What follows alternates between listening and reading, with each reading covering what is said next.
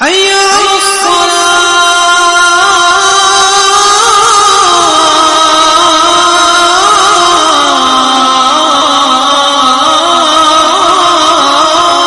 سب سے بڑی وجہ جو ہمارے گھروں میں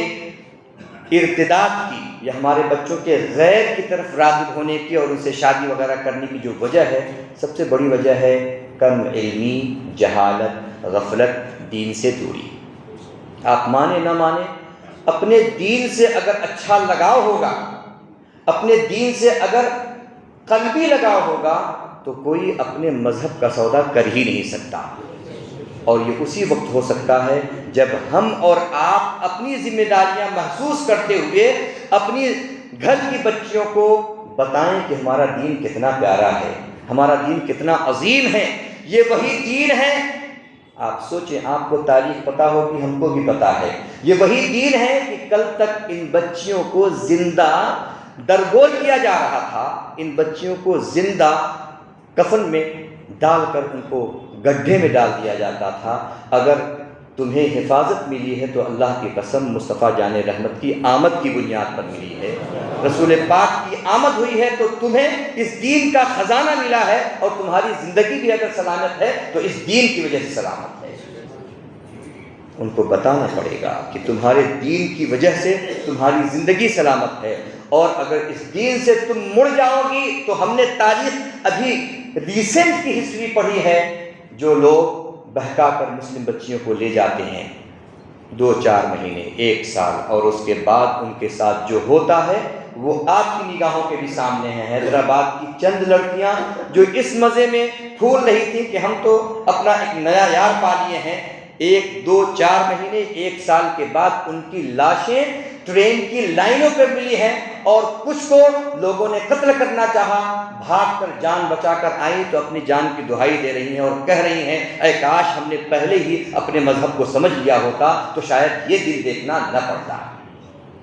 اس وجہ سے ہمیں اپنی بچیوں کو باور کرانا پڑے گا، ان کو بتانا پڑے گا کہ ہمارا مذہب کتنا عظیم ہے۔ یہ بھیڑیا صفت انسان جو صرف اور صرف تمہارے جسم کو دیکھتا ہے اور پھر یہ چاہتا ہے کہ اپنی نفسانی خواہشات کی تکمیل کر کے تمہیں گڈھے میں ڈال دے،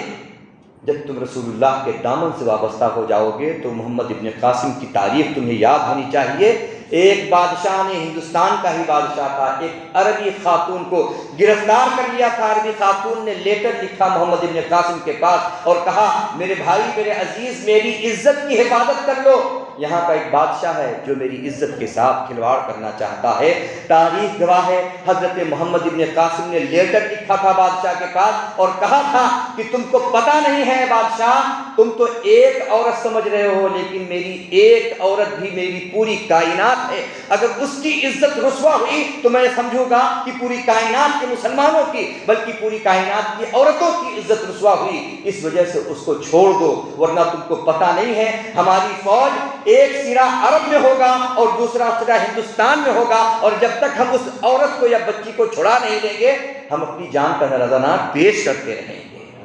یہ کوئی پوری جماعت کی بات نہیں تھی، ایک عورت کی بات تھی۔ ایک عورت کے لیے محمد ابن قاسم نے کہا تھا کہ ہم اپنی پوری فوج لگا دیں گے۔ اس وجہ سے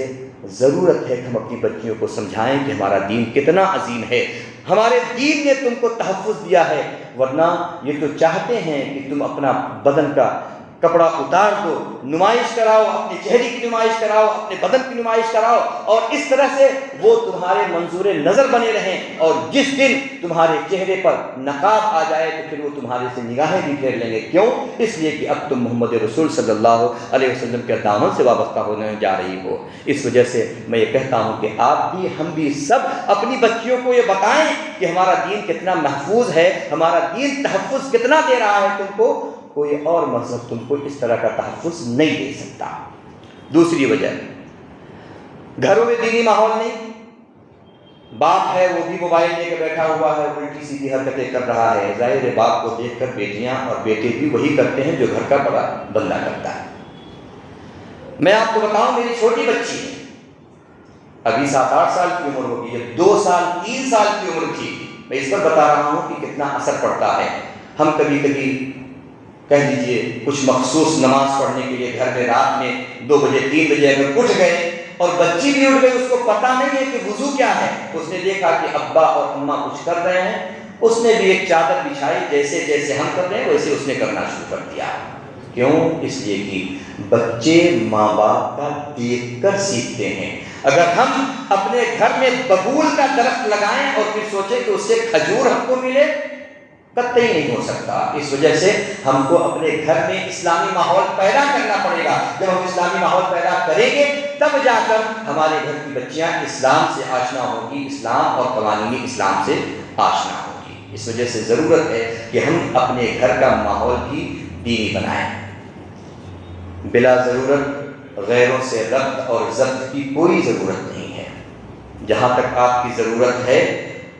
آپ ربط کریں، لیکن یہ چاہیں کہ آپ کی بچیاں، آپ کی بہنیں، آپ کی بیٹیاں کسی سے ربط کر کے حال خیریت لے کر پھر مال آ رہا ہے نہیں آ رہا ہے، جا رہا ہے نہیں جا رہا ہے، ان کو اس کام میں خدا کے لیے نہ لگائیں۔ کیوں؟ اس لیے کہ آپ کو پتہ نہیں ہے کہ کب شیطان اپنا کام کر جائے اور آپ کی بچی بھی آپ کے ہاتھ سے نکل جائے۔ ابتدا ایسے ہی ہوتی ہے، نہیں ہماری بچی بہت سیدھی ہے، ہماری بچی بہت سمجھدار ہے، اس کے اندر ایسی بات نہیں۔ دنیا میں نے دیکھا ہے جو یہ کہتے تھے کہ ہماری بچی سب سے سیدھی ہے، حالات جب بگڑے ہیں تو قوم نے دیکھا کہ سب سے زیادہ ذلت اور رسوائی اگر اٹھانے والا کوئی بندہ ہے تو وہی ہے جس نے یہ کہا تھا کہ ہماری بچیوں کے اندر یہ کوئی عیب نہیں ہے۔ اس وجہ سے شیطان اپنے کام میں لگا ہوا ہے۔ اپنی بچیوں کو ضرورت بھر آپ غیروں کے رسم و رواج اور ربط و ضبط سے محفوظ رکھیں۔ جو بھی کام کرنا ہے آپ کریں، آپ کا بچہ ہے آپ کا بچہ کرے، آپ کسی بندے کو رکھ لیں وہ کام کرے، لیکن بچیوں کو اس طرح کے کام میں اللہ یہ کہ ان کو ٹرین کر دیا جائے، ان کی تربیت اچھی ہو جائے۔ الحمدللہ آپ ان سے کام لیں، اسلام منع نہیں کرتا، لیکن اس کے بھی حدود و قیود ہیں، ان حدود اور قیود میں رہ کر ہی آپ کام لیں۔ دیکھیں آپ کا معاشرہ کتنا پاکیزہ ہو جائے گا۔ اور ایک اہم چیز میں آپ کو بتا دوں، ہمارا اور آپ کا حال یہ ہے، الحمدللہ ہم سب کمانے والے لوگ ہیں، اللہ سب کو برکت دے۔ کبھی ایسا ہوتا ہے، میں نے تو بہت دیکھا ہے امریکہ اور کینیڈا وغیرہ میں، بہت ایسا ہوتا ہے کہ جب باپ گھر سے نکلتا ہے تو بچیاں یا بچے سوتے رہتے ہیں، اس لیے کہ پیسہ کمانا ہے اور اس کے بغیر چارہ نہیں ہے، وہاں ایکسپینسز بہت لمبے ہیں، تو اس وجہ سے پیسہ کمانا ہے۔ جب گھر سے نکلا تو بچیاں سو رہی ہیں، اور جب واپس گھر پہ آیا پورا دن تھک کر تو بچیاں اسکول گئیں، واپس آ کر پھر سو گئیں۔ گویا وہ باپ اپنی بچیوں کو، اپنے بچوں کو سوتے ہوئے ہی صرف دیکھ رہا ہے، الا یہ کہ کبھی سیٹرڈے سنڈے میں چھٹی ہو گئی تو ان کے ساتھ پکنک پہ جانا، یہ کرنا وہ کرنا۔ میں کہتا ہوں ٹھیک ہے، آپ خوب کمائیں، خوب کمائیں، اللہ آپ کو خوب برکت دے۔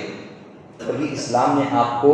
اس سے منع نہیں فرمایا کہ آپ کم کمائیں یا زیادہ کمائیں، بلکہ اسلام نے کہا جتنا کما سکتے ہیں آپ کمائیں، جتنا اللہ آپ کو برکت دے رہا ہے اور برکت دے، لیکن اس کے ساتھ ساتھ آپ کی ذمہ داری بنتی ہے کہ آپ اپنے بچوں کی تربیت کے لیے کچھ ان کو وقت دیں، 10 منٹ ہی صحیح، 5 منٹ ہی صحیح، روزانہ کے حساب سے آپ وقت دیں،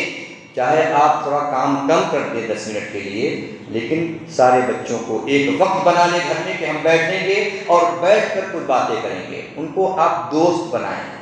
اور یہ انسان کا جو دل ہے نا، یہ چاہتا ہے کہ کسی سے دوستی ہو اس کی، اگر آپ ان کو دوست بنائیں گے تو پھر وہ کسی اور کو دوست نہیں بنائیں گے۔ اگر آپ نے اپنے بچوں کو، اپنی بچیوں کو اپنا دوست نہیں بنایا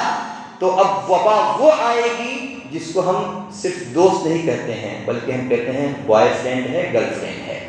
فرینڈ دوست تو وہ بھی ہے، اگر ہم نے اپنے بچوں کو دوست نہیں بنایا تو وہ پھر کسی لڑکی کو دوست بنا کر کہیں گے کہ ہماری فلاں گرل فرینڈ ہے۔